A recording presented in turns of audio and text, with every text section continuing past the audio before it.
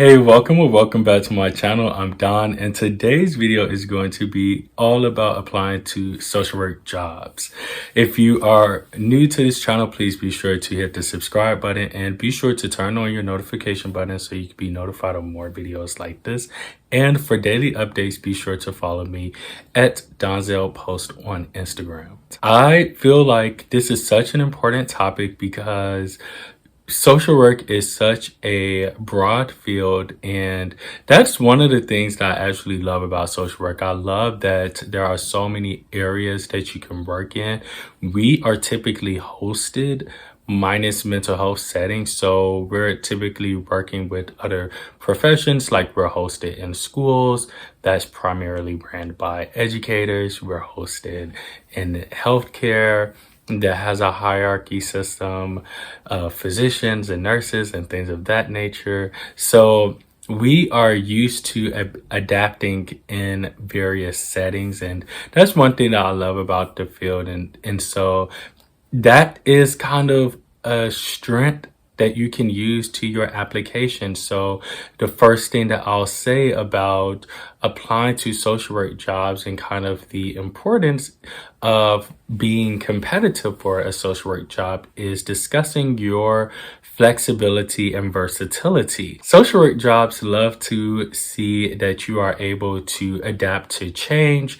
They love to see that you know how to switch from one task to the other, working in fast-paced environments, working in sometimes unpredictable scenarios. So if that is something that is really we are trained to do that. We're trained to work with a variety of clients. We're trained to work with a variety of mental health concerns. We're trained to address a number of social issues. So when applying for jobs, it's important to cover your comfort level with working with a wide range of clients. The second one is you really want to discuss your specific skill sets as it pertains to the role, and you want to showcase any evidence that you have for that. So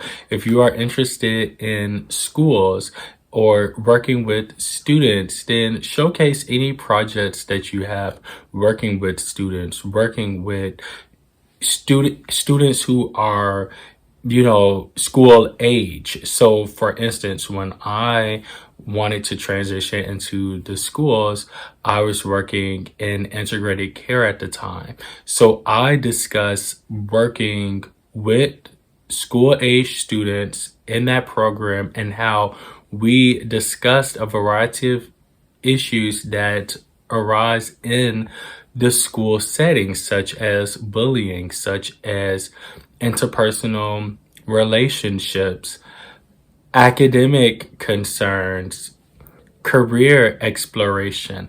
I've done all of those things in the primary care setting.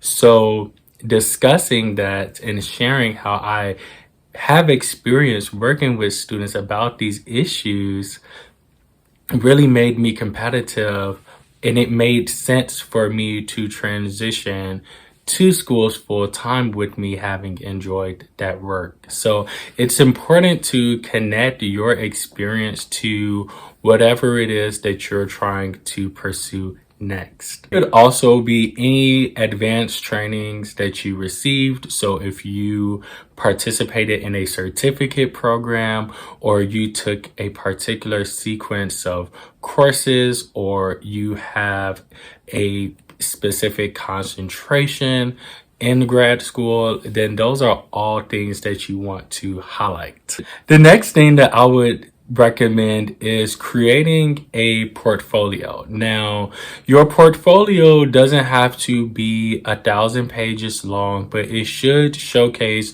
things that you've done, and it should be examples of your work. So in my portfolio, I have examples of my case notes so they can see how I document, how thorough I am, and how competent I am. So some things include that. Some things include articles that I've written about particular topics. So I'm positioning myself as an expert in a particular field. And then other things include various capstone projects or mini dissertations that I've completed in various scholar programs that I participated in. You all know that I was a HEALS scholar. I could do a separate video about that. So in my portfolio, I discuss that.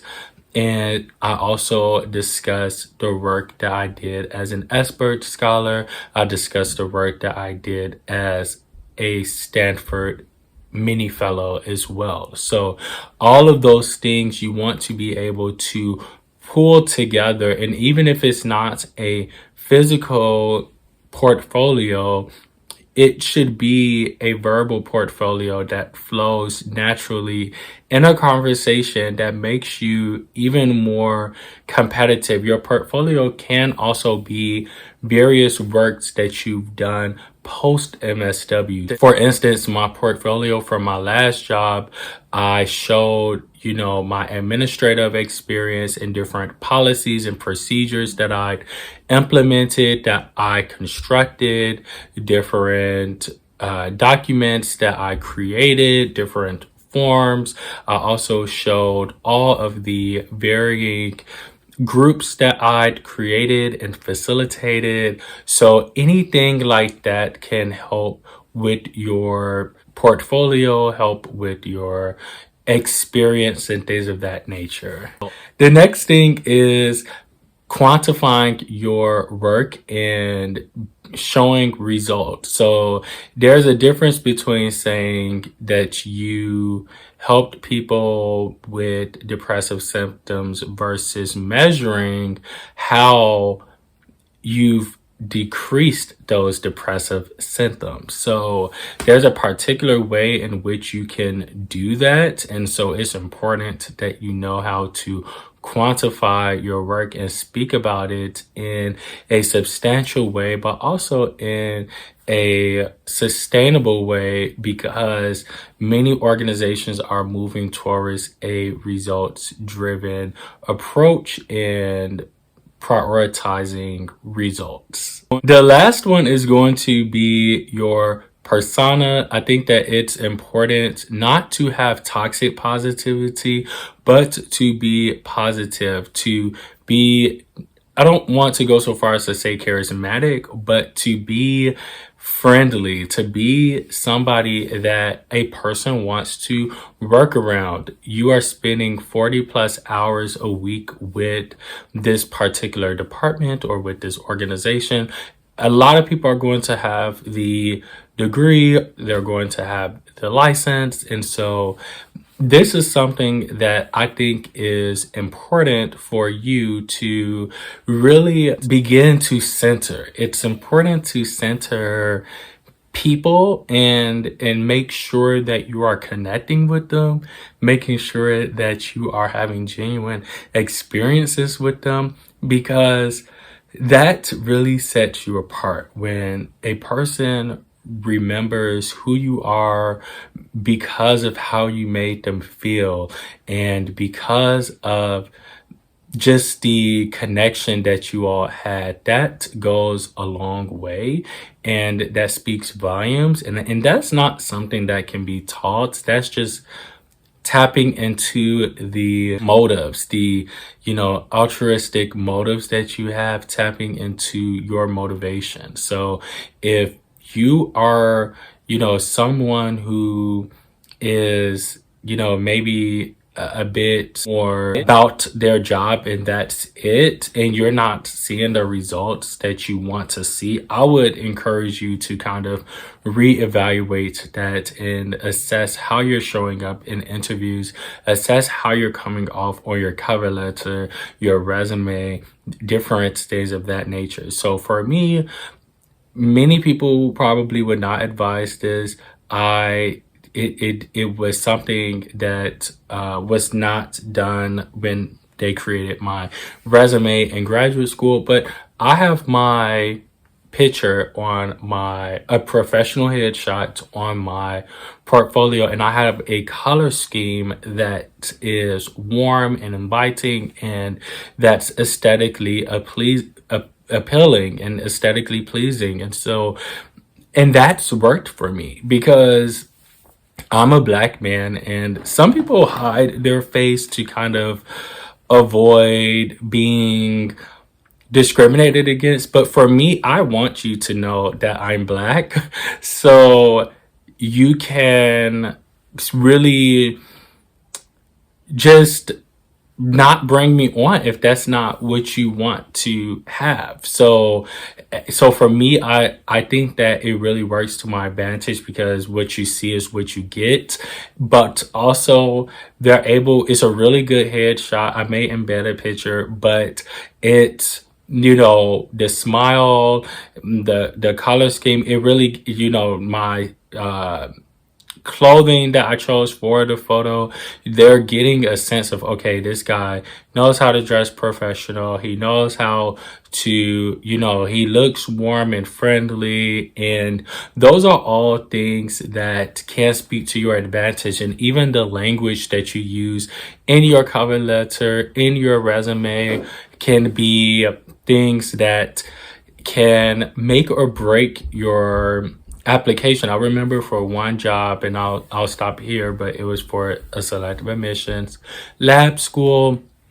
I remember the guy on the hiring committee, he said, and I think I had like 3 typos in that cover letter, but they didn't care because the story was so appealing. And so the story was so appealing, they said, we had to bring you in to learn more about you, to learn more about who you are. And they wanted me to, share that in person. And that led to me ultimately getting the job. I had the opportunity to connect with them in person because I had already connected with them on paper. So those captivating sentences, our word choice, our attention getters, our closing statements, those are all things that can work for or against us. And it shows a little bit of who you are. It shows a little bit about how you will write as a professional, how you will speak as a professional. So those are all of the tips that I have for this video. If you like this video, please give it a thumbs up and comment in the comment section below, what is something that you found helpful in your job search or in your social work journey, as well as any questions that you may have. And be sure to share this with a friend or a colleague, anyone that you think would want to see this video. Thanks so much for watching, and until I see you next time, be you, be great.